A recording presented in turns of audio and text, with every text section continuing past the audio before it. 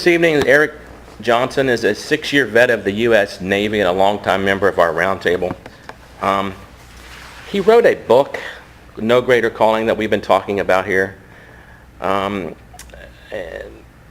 someone in reviewing it called him the greatest advocate of the frontier army since John Ford. That's saying a lot. One I can speak on heavily. Dave Roth gave him a compliment, saying it was an excellent book. And for Dave to give a compliment, he's like that teacher you had in school that you studied your ass off and got a C.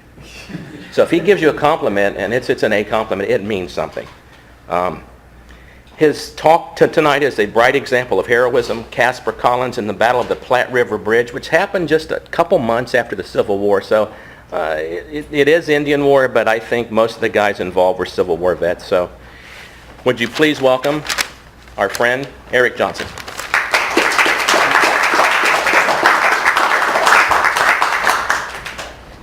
Go ahead, please.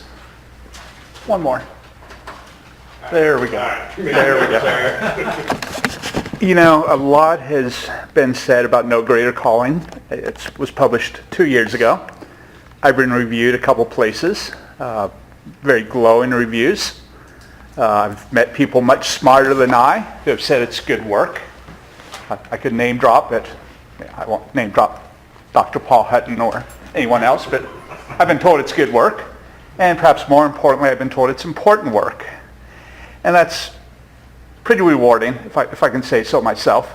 But you know, I never really wanted this to be about me.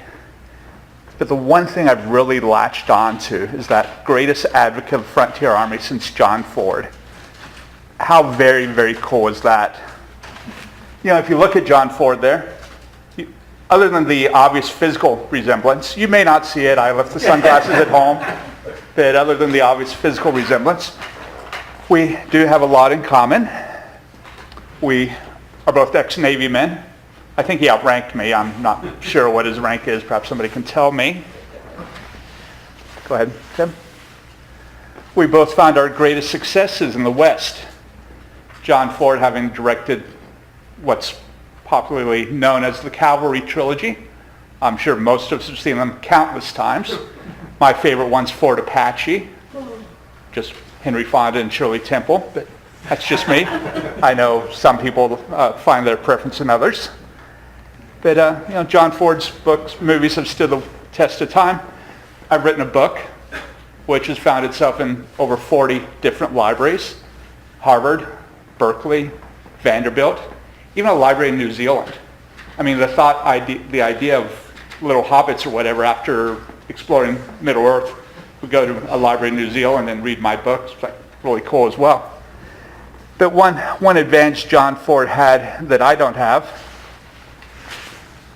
is a better supporting cast. But you have me, and I'll do the best I can. Although I will always say, John Ford could have made me an author, could have made me a legend. But alas, we're a generation removed. Now, those of you who have attended the roundtable there, you would see that is me a long, long time ago. Over the last decade, I've become much thicker and grayer. But beside me is my wife, Paula. She cannot be here. She's caring for family in Michigan. But if she were here, you would find she has not aged a single day since that picture was taken. So she does send all of you her regards, all of you her love. Thank you, Mike, for the kind invitation to speak. When Mike emailed me with that invitation, I probably gave about 5 seconds consideration, and that's just looking for the reply button on the email browser to accept. That's to speak in front of groups like this was always one of my goals. But as time went on, the minutes and hours and days and weeks and months passed since Mike did invite me nearly a year ago, I began worried. What would I speak about? You're a bunch of experts.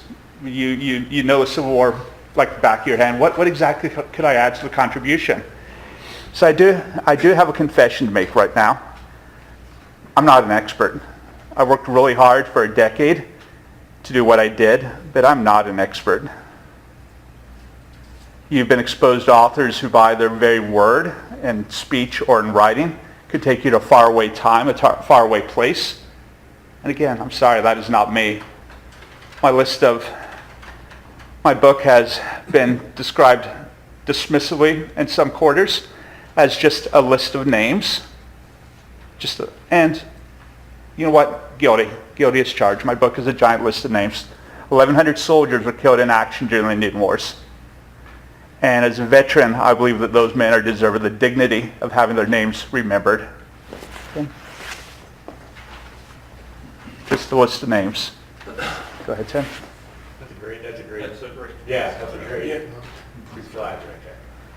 As you can see, I was a veteran. Again, I have photographic proof. I won't talk about how long ago that was taken. 30 years ago.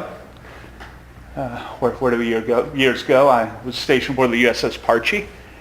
For anyone who knows any naval history, the Parche was the most decorated submarine in the modern submarine service. So pretty cool. And when I got out, again, nearly 25 years ago, I couldn't wait to get out. I was going to get out. I was 22 years old. I was going to get out and I was going to kick the world's ass, if you don't mind me saying, like most 22-year-olds thought they would. And I've had my successes. I've had my disappointments. But looking back with 25 years separation, the thing I'm most proud of is my service to my country. If I could just very quickly, any of you who served, could you stand, please?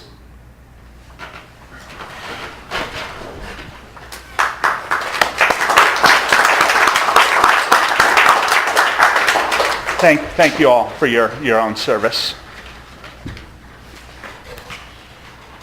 Now, as a veteran, though, I attempted to determine what it is I'd speak about. You know, last Veterans Day, I channel surfed and came across C-SPAN, and there was a very powerful program. It was at one of the national cemeteries, I believe, Sam Houston in Texas. And there was a uniformed man with a very powerful baritone announcing one after the other, the names of the men who were killed in Afghanistan, men and women. And while it made for a very powerful presentation, I sat and watched for several minutes. I'm not sure you would be as nearly impressed with me reading a list of names. So I looked for another source, another presentation. Each of those names, each of the 1,100 men have their own story.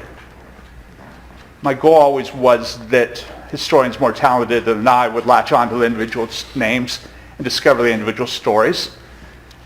I've been corresponding recently with a noted Civil War author, and I mentioned John A. Thompson, whose grave marker refers to him as a hero of Chickamauga. And I've asked him to find out what exactly John A. Thompson did at Chickamauga to have his grave marker so marked. So I looked at the list of names I compiled, and there's one that I latched onto, and that's the story I would like to tell you today. Before I go any further, though, I would like to share a quote by noted Western newspaperman Maxwell Scott. "This is the West, sir. When the legend becomes fact, print the legend." Over the next 35 minutes or so, I'll let you decide how that quote applies to this presentation, this story.